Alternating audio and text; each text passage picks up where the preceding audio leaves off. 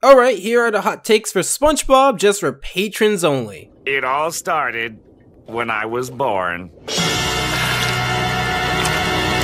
I actually don't find the post-movie pre-sequel seasons all the way bad. There were some episodes I actually liked and found good, like Patrick Smart Pants and Squid Bob Tentacle Pants from season 4 and the original Fry Cook and Nightlight from season 5. Interestingly enough, despite the backlash on post-movie SpongeBob, when this whole new crop of reviewers like myself and my peers came along, so did the notion that post-movie SpongeBob was really that bad. There were more opinions being put out on powerful platforms that had thousands of subscribers, and thus I think this is slowly not becoming a hot take. Sure, casual and former fans of the series will cling to the seasons they grew up with, but that seems to be less on the open-minded side of things. Harmony schmarmony. When do we get to see the treasure? But of course. I think a few songs in Atlantis Square Pantis are at least worth a listen. I don't think you're off at all when it comes to that. With Atlantis Square Pantis, despite the plot being absolute trite, I do think that the first song and Plankton's song were both pretty decent.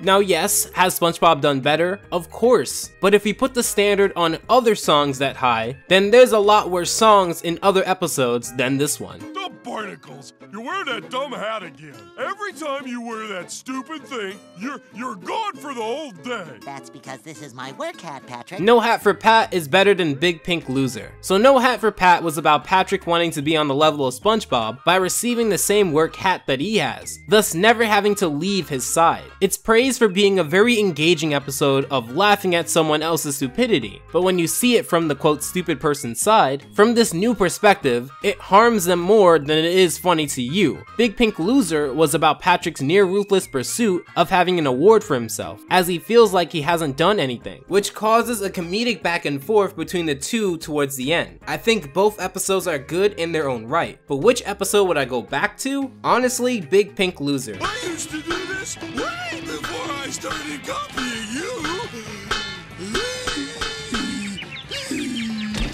I just found it funnier, especially the hammer part. Jimmy Neutron, Timmy Turner, Danny Phantom, and SpongeBob SquarePants join forces to battle the greatest criminal minds the Nicktoons universe has ever known. Nicktoons Unite! Saving the Nicktoons universe one world at a time. I wish SpongeBob would have more crossovers. Yes, I agree with this so much. One thing about Cartoon Network growing up that I loved then and I love even more now in hindsight was its very common practice of crossing things over. From CN City to the Grim Adventures of Kids Next Door to the cameos spread out in Foster's Home, you'd think SpongeBob would be able to have an official in-season crossover with another show. But now it feels like SpongeBob is too alienated to be associated with another show, which feels weird to say. You look over at Cartoon Network and their cash cow at the time, Teen Titans Go, it crossed over with the Powerpuff Girls. However, one main issue is that SpongeBob is underwater, and Nickelodeon doesn't seem to be looking hard for any other underwater show that much. Yes, they can write a story around this issue, but then one of the shows would be taken out of their element, which wouldn't be an issue, but it's Nickelodeon, so they may see it differently. And the drums! Too bad that didn't kill me. I don't like band geeks. Huh, now that's a true hot take right there. Ultra spicy. When I think about things I don't like about band geeks, to be honest, it'd take me a minute, and I'd probably have to resort to nitpicking. Even when I think about things that could be improved, it honestly would take me more than a few minutes. Flag twirlers, let's move! Come on, move!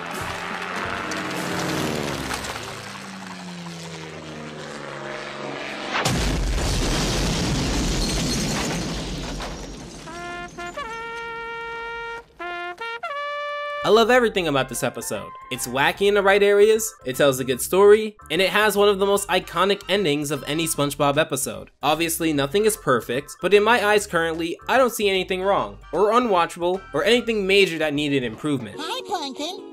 What you doing laying in the middle of the road? Go away, cheesehead. Can't you see I'm trying to get run over? The suicide reference made in One Course Meal is totally appropriate for kids. That's not sarcastic, by the way, I actually think that. If you look at the joke in the sense of he's not going to die because it's a show made for children primarily, it's on network television, and Plankton has been squished before, then of course. I think the big reason people did not think it was appropriate for kids was the build up to it. You have this character essentially paranoid for a long bit of time. It's why Are You Happy Now is poorly received. It's why Dumped is poorly received. The writing style they stick to for happy episodes does not work for sad emotions. So it's a poor episode as a whole, but the joke is fine for children if we keep it in that vacuum.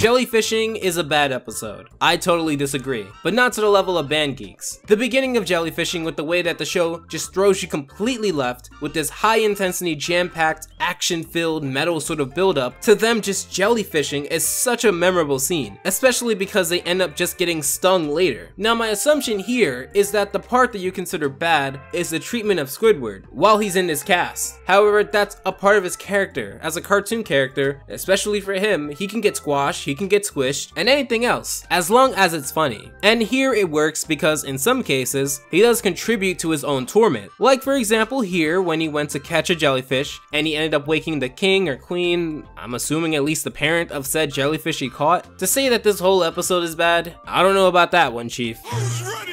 I'm ready! Who's ready? I'm ready! Who's ready?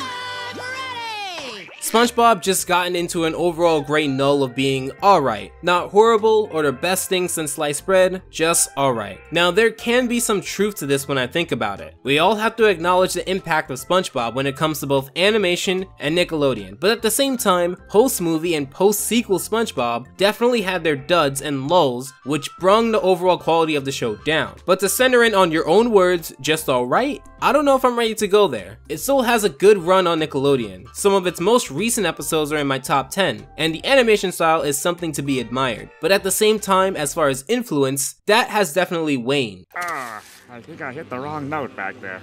What the? What a lucky break!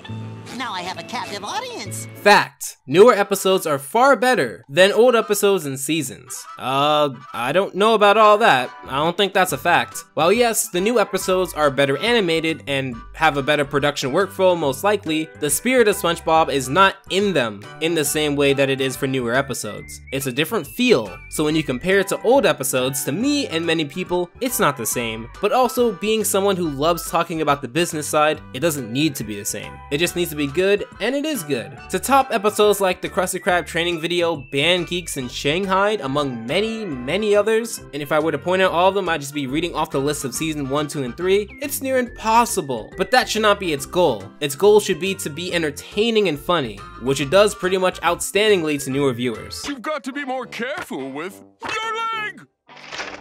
Ah, come on, Doc, it's just My leg is mediocre, but Chef Bob takes the cake for being the worst post-sequel episode. While Chef Bob took the prize for the lowest rated episode, I love Chef Bob because it's episodes like Squidward and Squirrel jokes done right. The right characters are set as the protagonist and victim, the jokes were funny, and the way it was all set up was well done. Chef Bob was about SpongeBob taking on this new puppet figure that was mean to the customers, but in a way that everyone could laugh from, for the most part. Mr. Krabs is out of the way for the most part, not breathing down SpongeBob's neck, and only coming in when he needs to. Now with my leg, and both of these episodes I reviewed, it's a fun episode, and it brings out some of the best post-sequel slapstick that I've seen. And it's just one of those episodes that had a loose concept, and had a blast taking it in a variety of different directions. I'll row for you, boy. But Mr. 8 paces north, that's a good start, lad. But Mr. 1, 2, 3. Mr. Krabs!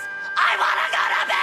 Mr. Krabs is the main antagonist of SpongeBob throughout all the seasons, especially season 4 to today. Well, the interesting thing about Mr. Krabs is that he is not a good guy, but he certainly isn't a bad guy. He's morally ambiguous, and you can see this when you take a closer look at the first few seasons of SpongeBob. He does what's in his best interest. It just so happens that most of his best interests are selfish, and can only really benefit himself, but not to the detriment of others around him. This is not always the case, like with episodes such as Born Again Krabs, where Krabs short-sightedly sells SpongeBob for 62 cents. But he also served as a guide and teacher in other episodes like Arg, where he was on the short end of the stick at the end. Now yes, you have episodes like The Krabby Chronicle, where Mr. Krabs exploits headlines in his newspapers to create fake news. But again, he's not a good guy, but he isn't a bad guy. Look at The Lost Mattress. He was not the antagonist there. And it could be argued that, well of a birthday, he eventually understood why pleasing his daughter mattered.